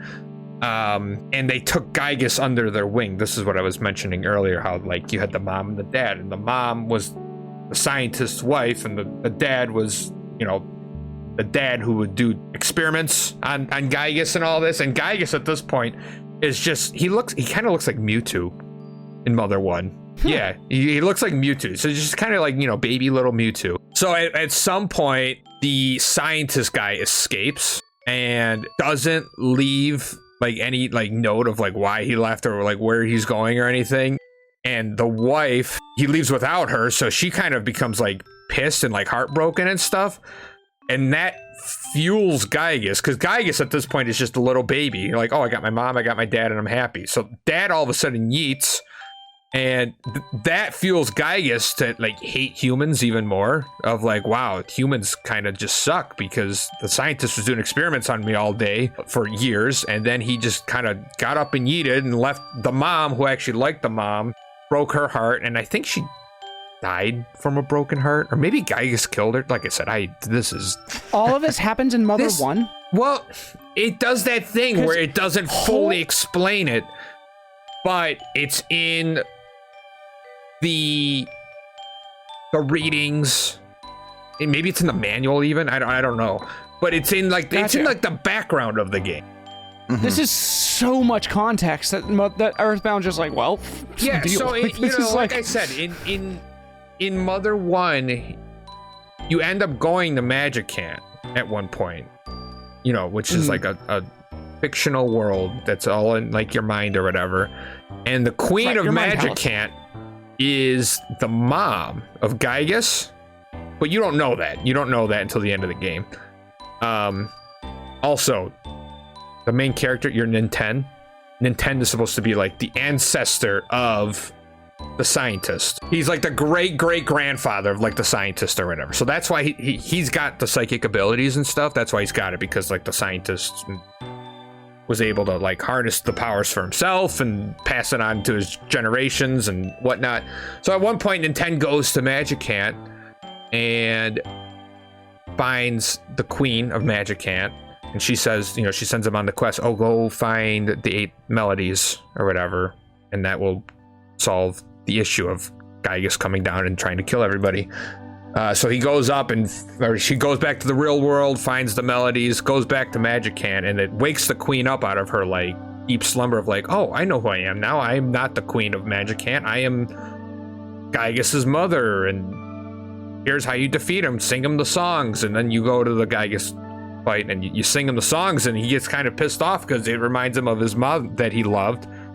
And kind of has second thoughts about things like, oh wait, maybe humans aren't as bad, because the dad was a dick, but my mom was like kind of cool. And so he goes back up and contemplates life, and I guess in Earthbound he just he becomes a thing that is so powerful that I think he kind of, this is my personal interpretation, but he goes back up into space, becomes so powerful just because he's growing up that he turns into like, just pure hatred and everything. Just pure desktop background. Yeah, he kind of loses his sense of thought of, like memories and, oh, my mom. And, he kind of loses all control of that. And then that's where the Earthbound fight takes into place. But well, that is so much I context. know, and I'm Earthbound so is just sorry like, if I suck at explaining stories or anything, or if that was That's not confusing. what I mean. I'm saying, but no, that, that wasn't what I was getting at. I was saying, like, Earthbound references, to my knowledge, none of that. At least, like, 15 hours no, into and the it doesn't. game, But you know what? At the I same time, I feel like it doesn't need to. Mm. You know, because Fair it kind of goes, you know, it kind of goes into the whole sense. The 8 sanctuaries. Like, you don't really know why you need them, but you just do. And it's kind of like the same thing. You're like, oh, you got to defeat Gygas because he's powerful. And that's kind of pretty much what it is. I mean, yes, you can play the prequel story and, you know, the background of it all. Kind of like Star Wars. It's like, I didn't need to know why Darth Vader became Darth Vader, what fueled him. He's just a bad guy. You know, I gotta. Yeah. It's kind of like that, I guess, but it definitely puts a whole spin on your thinking. Yeah. There's like a lot of great things where like you don't really know why. You know, like the one that always comes to mind for me is like Evangelion. You never, like, that story is not explicit about what is actually happening there. And I feel like this is the same thing. Like, what's actually happening is not explicit, but that's kind of part of the draw for me. A lot of works do that. I mean, going back to last episode, FromSoft games are notorious for doing that, Yep. for leaving things obfuscated, and so I think it comes back to something. From again, I don't want to repeat myself too much or whatever, but like, something has to keep you wanting to learn more. And for me, as charming as this game, and I don't know what it is, because this game was incredibly charming. I thought the characters were really funny. And that strategy works on me in other games a lot better than it did in this one, where it's like, I don't know what's happening, but like, these people are great. Other games pace it a lot better. That's what I was going to say. I think it's too big. It's too big to be a game like that. Like, Undertale hits it in the sweet spot where it's like, exactly. It's only, I don't really know what's going on, but 6 hours. I know that, so I'll just chug through it and see what this is all about. Where this is like a whole adventure. Exactly. I think that's what it is. I think it's ultimately a pacing issue. I think that's the nail on the head. Is that if you had the same draw of like, these people are funny and they're cute and they're weird, and that lasted for like 2 hours or 3 hours, and then you were into like then you were like, oh, but this is why I'm here, it would be much more effective. Whereas like, I'm at the point now where I'm like, okay, yes, everyone's cute and adorable, but like, okay, like, what else is there? I know there's more because people have told me. But if I went into this game blind, I would be like, okay, it's just going to be kind of people being silly the whole time. Like, silliness, as silly as a bastard as I am, that alone isn't going to pull me through. If the gameplay is not doing it, which is the thing for FromSoft games, is the gameplay is addictive as hell. And the story's not, you know, charm alone for me at my cynical old age is not enough. Wasn't. I'll still do it just because I'll still play just because I know it gets good, but I felt like done more.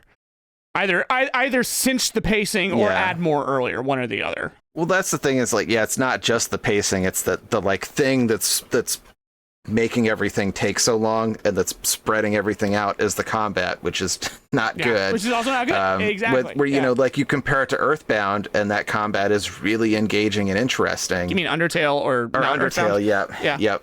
Same Undertale. difference. I stayed up very late last night finishing this. Like Undertale, the combat is interesting, and there's also less of it. So it like can get by a lot more on its charm, whereas like, for me, the charm of Earthbound was still enough to tolerate the combat, but I was just tolerating the combat. Exactly. Yeah. And I think that's the nail on the head. I think that all is because of age too. Yeah, for sure. It's just, I mean, I'm gonna get contentious here. I don't think that was what I initially thought is age. Like, okay, well, the combat's not great and the pacing's a little weird because of age. Because, you know, it's 1994, I believe this game came out. Like, give it some slack. But then I came back to, like, Final Fantasy VI was out. Pokemon was coming out soon. Dragon Quest had been going for years. Like, other games had done this turn-based, like, combat, both mechanically and pacing-wise, better, I think. More engaging for me, at least. For, again, maybe someone who's just impatient. But I wanted to say it was age. I wanted to give them that. I wanted to extend that olive branch, but I think other contemporaneous pieces were doing it we're doing it as good or better. I mean, I guess you could make the argument too, though, like it takes a while for things like that to spread. Like, you know, now with Souls, for example, like we have 1,000 Souls games. But how long did it take before other games started picking up on what Souls was doing and putting it into their own games? And I think it's probably a similar thing here where, like, yeah, there were other games that were doing more engaging versions of that type of combat. But, like, especially with a game like this that you said had a very long development cycle, how early would they have had that thought of how do we make this combat more engaging? And especially if they were coming from a tradition of like the NES era of turn-based combat, you know, I guess like I don't want to blame them for not having innovated on every front. No, yeah, I don't misunderstand me. I mean, I'm being like contentious because that makes for interesting content. Sure. So, no, I don't think that this is like, oh, it's bad or anything like that. I just that like I'm trying to take the game for like what it is, and, you know, and it's true with any like art that you're looking at. Like, I think it's fair to judge it on like what is in front of us. Like you can take historical context, and I'm saying that even taking historical context into account, it's still I feel like there's aspects that I don't get me. I don't need a game to have perfect combat. I like a lot of games with really janky combat. I don't need a game to have like an amazing story. I like lots of games with like with really middling stories. I mean, I've mentioned Pokemon 50 times, and Pokemon doesn't have a story. But Pokemon still keeps me playing. You know. But this game, again, I'm just trying to be. I think another thing Pokemon has with gameplay is evolutions. Where in Earthbound, there's nothing like that. It's very static. You get your team of 4, and then that's it. I'm still using Bop It over and over and over. Which is a hilarious name for like oh, Bop It. But then now it's just like, yep, Bop It, Bop It, Bop It, Bop It. It is very fun that they let you pick the name of the move, though. Yeah. Oh, they did? Oh, I must have missed that. That's what are you passionate about?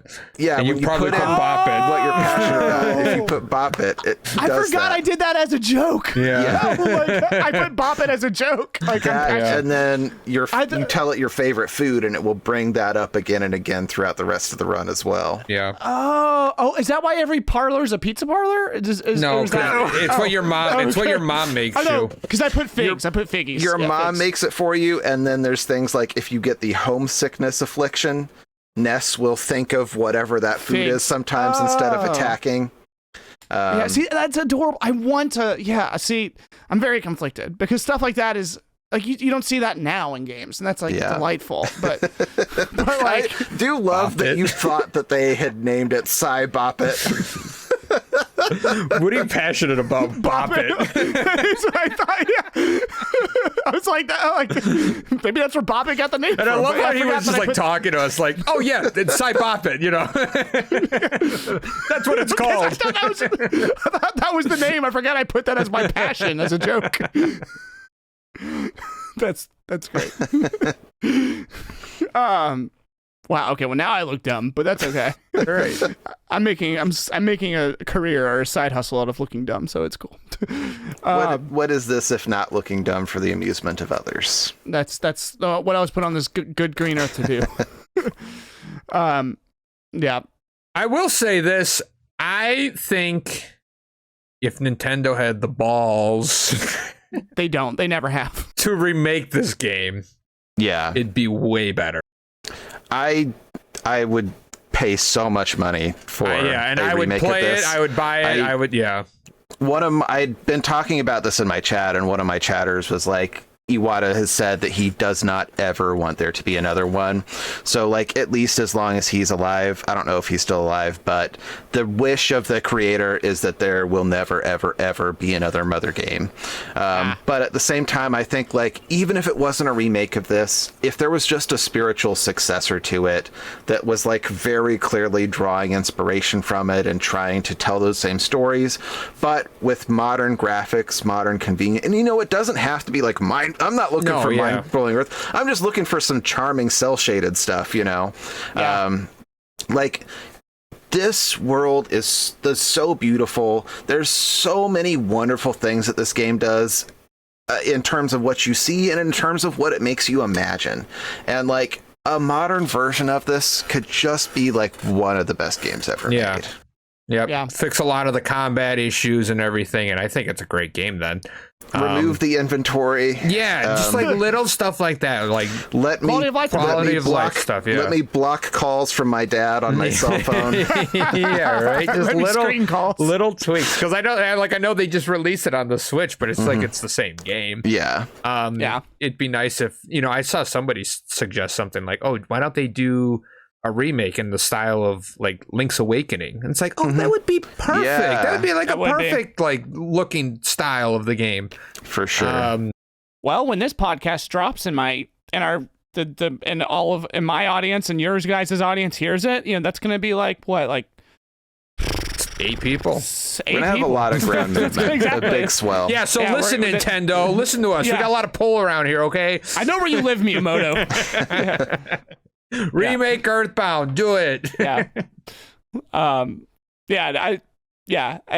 modern iteration would be very, very, very good. And it's like Rob said earlier, where it kind of takes a while for people to like build and appreciate stuff like that.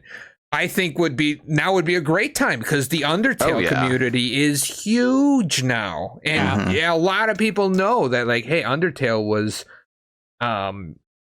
built upon the foundation of Earthbound. And I think there's also a lot of people kind of like Figgy, who's like, played the game and was kind of like, it's just not for me. There's something about it with the pacing or the combat or something that isn't sticking with me. And I think if they remade the game to fix that those quality of life stuff like that, it would go to the moon. Yep. Yeah, but Nintendo doesn't ever give people what they want. I know, it's disappointing that the series is kind of just dead. And I did hear that the guy doesn't want to do another one, and I guess they won't do another one without him. So it's just kind of like, well, it's just sitting there. But it's like, you could do a remake. Come on, or like a spiritual successor. It doesn't have to be Earthbound, but just like give us something that feels the same and is clearly inspired by it and is paying homage to it. Yeah. And I think you can do that in a respectful way where you're like, hey, he said Mother's over, it's not coming back, we're not doing that, but we know that people love this and we do want to do something in the same space. Yeah, I feel like that's indie games have kind of picked up that slack. So we've already talked about Undertale, but I feel like you can, and this is actually getting like the I feel like you can see influences of this game's like fingerprints on other stuff. Like, I don't know if you've ever played the game Lisa. I'm familiar with it. Yeah. Yeah, it's very adult. It's not like it's not for kids. But there's a lot of games I feel like have kind of like taken up the torch. Yeah, I just recently they have not finished a game. The influence. Oh, you're good. No, you're good. They may not individually have the influence that this series has, but I do feel like its legacy continues to live on, but mostly in the indie space. So go ahead, Rob. Yeah, so like I just recently finished a game called One Shot, which is like one of the coolest games I've ever played. Oh, and it's I like beat that game. You beat that? Yeah, I loved One Shot, and that's like I think Undertale is probably its direct inspiration, but right. Yes. Undertale's drawing for Earthbound, so lineage. It's like it's that lineage, and like I think the legacy of Earthbound is like it's a thing that we're gonna start seeing more and more of the impact of as more games in the indie space want to like make something that feels similar to it. Yeah. Totally, because these games like it are just. I think what it is. I think it's like just this emotional core. This like at the heart of these games and games like it. It's this like honesty and this vulnerability. That takes courage. It takes courage to make something like that. Yep. So whether or not it clicked with me, I have the utmost respect for the makers and the designer. I keep forgetting his name. Iwata. Iwata. Okay, thank you, Iwata and his team for just making something that like this, as flawed as it may be in its current form. But yeah, I think people will always respond to that. I think there's always gonna be an audience for people that like want to have something that makes them feel things and just is clearly that, you know, has this like vulnerability to it. Which we won't have as much of in the next episode where we talk about God of War. Actually, the game has some vulnerable parts to it, but yeah. So yeah, I think that however good this individual game may be, its legacy will live on, because people will want to make something that touches others the way that this game touched them. So. Yep. It'll probably never go away because of Smash Bros. Either. Oh yeah, I forgot about that. Yeah, also PK Fire, PK Fire over and over again, of course. All right, so we've arrived at the moment of truth, where we decide if this game deserves the illustrious, sought-after, coveted title of a GOAT game by the GOAT Games podcast. I will let y'all, and I guess I don't know if we actually hand out an official thing or if we just kind of like, I don't know if it's like majority rules or whatever. So I will what do y'all think? Do you think it's one of the greatest games of all time? Like, you know, if you had to put it, thinking about like the most influential, best games of all time, the GOATs, is this game a GOAT? Steve, what do you think? Oh man, you gotta put me first. That's right. Yep. There's no right Rob or go wrong. first. Have Rob go first. Okay, Rob, what do you think? Okay. Rob, what? I think for me, the measure of like whether a game is a GOAT comes down to, am I still going to be thinking about this game a year from now, 2 years from now, 5 years from now, 10 years from now? And I do think that I will be thinking about Earthbound you said still. it. I You did. meant Undertale. No, yeah, go ahead. No, like there are thing. Yeah, Earthbound has many flaws, but it also has many incredibly beautiful things. And while there are games like Undertale that I think have done some of the things that it did better, there are also things that it does that I have never seen any other game do that are gonna stick with me. And for me, I think it deserves the GOAT title. Okay, we have one GOAT. Steve, what do you think? Sorry, my dog was barking. That's okay. I don't know if you heard that or not. But anyways, I do really like the game a lot. I definitely would agree with what Rob said, where, you know, it's going to be a game where I'm going to think about it for a while here. I don't know if that's just because of my age and I just don't play as much now. But it's definitely going to be on my mind. It did stick with me a lot. I do think there are some flaws with it. That we mentioned and everything, but I do think a lot of it has to do with like age, and I really do think if they made a remake of this game, it would fix all of that and definitely be considered a GOAT. But I would say it is even where it stands with the old school game. That's not just because I spent a lot of money on it, and I'm trying to justify my purchase, but but no, it does have with everything it's inspired so far in gaming, and I think it's going to continue to do that for many years to come as well. So I think it's kind of hard, it's weird because it's like I said at the beginning, it's aged well, but it also hasn't. But I'm gonna stay positive and just say it is a GOAT. Okay. All right. I will be the dissenting opinion then on the Supreme Court. I think this game, I've said a lot of positive things about this game. I totally understand why people, I understand with having only played as much of it as I have, why people love it. And you can totally disregard my opinion because I haven't finished it yet. So that, is arguably makes my opinion null and void. But I feel like the flaws of this game move beyond nitpicky and are flaws with the core of the game personally. And hamper something, not from being good. Like, again, this is the title of a GOAT to me it's difficult to achieve. It does not mean that it isn't a good game. It's not a great game. It's just that to me, for me alone. So, if someone listens to this and they're a rabid Earthbound fan, don't let this hamper your enjoyment of it. It'd be wild if you did. Well, Figgy says I can't like it.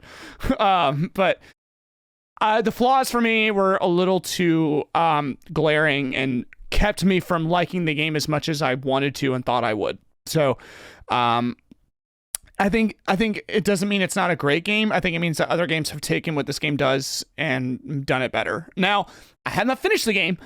I might finish it, and the ending might be so good that it retroactively fixes all of the things, all of the issues with it. I do intend on finishing it eventually. I couldn't do it for the deadline of this podcast, unfortunately. But Part 2 coming.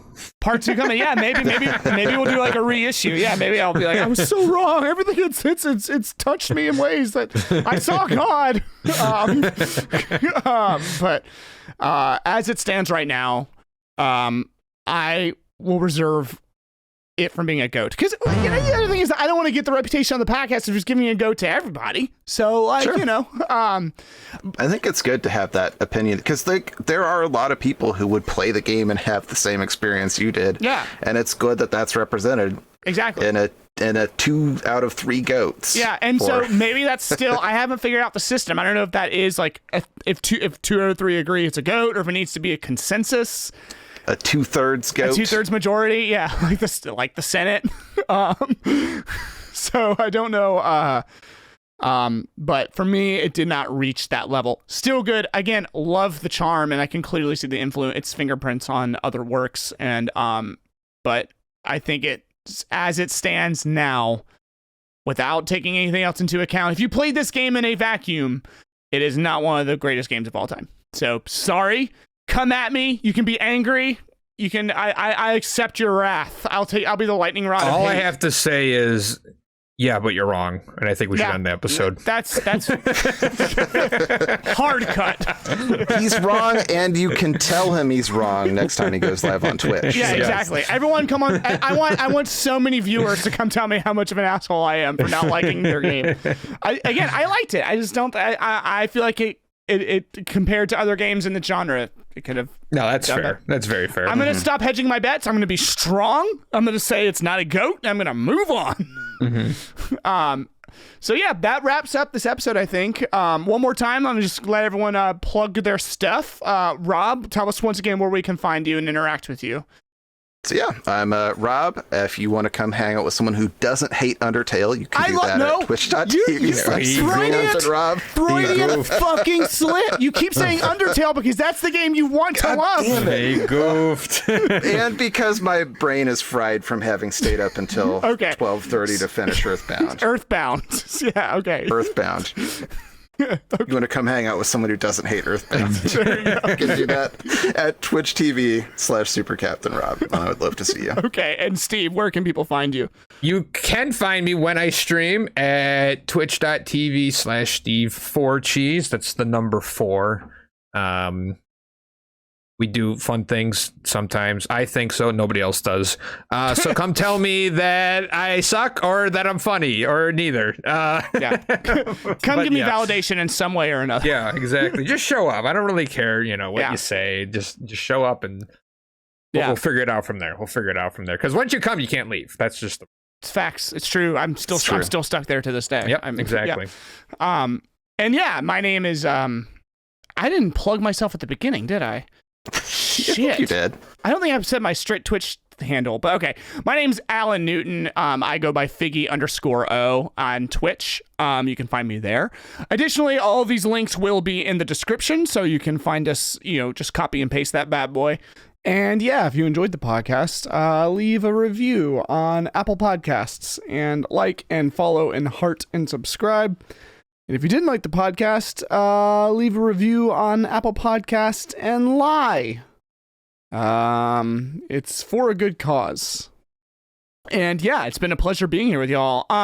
Next episode, listener, dear baby listener, we are I believe the plan is to talk about God of War 2016 in anticipation for the new God of War coming out. So be on the lookout for that. I think I don't want to say who's going to be there because I don't want to make anybody commit. So I will be there. And then it's maybe some of the people who are in this episode right now might be there. I thought of a sign off. Let me know how y'all think about this. Okay. Thanks y'all for being here. Till then, GG's.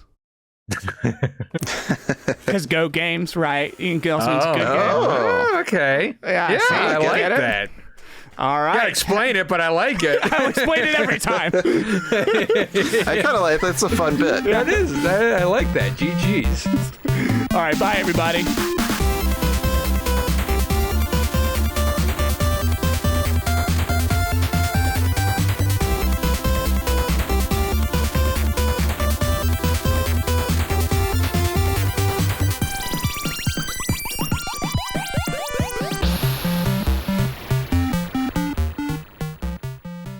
Rob's got more to say. I guess I was hoping we could at least talk a little bit about Gigas, the final boss fight, because I do think it's a really interesting. All day set aside. Biggie never beat the game, so he doesn't know who that is. Wait.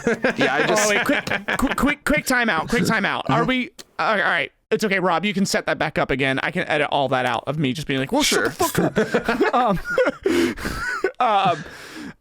Are we okay on time? Yeah, I just sent a message in my Discord to I'm not let doing people know it. I'm going Okay. to start late today, so we're good. I saw that message, and that's what kind of made me be like, No, you're fine. I sent it because I was like, this is a really good conversation. I don't want to like have to end it early. Okay, I'd yeah, You're rather just have a fresh good beating it conversation. too, so that's the best time to do it. you're riding that high. Yeah. So, okay. So yeah, as long and Steve, are you okay on time? I got nothing. So okay. I just want to be sensitive to Yep, everybody's we're time. good. I don't want people to come to these recordings being like, well, I guess I gotta set aside 5 fucking hours. No, we're good. We're good. So okay. All right. And 3. You know your line, Rob. I want to talk about Gigas. 3, 2, 1, and. Yeah. I think we should talk about Gigas. Oh, okay. I didn't see that coming.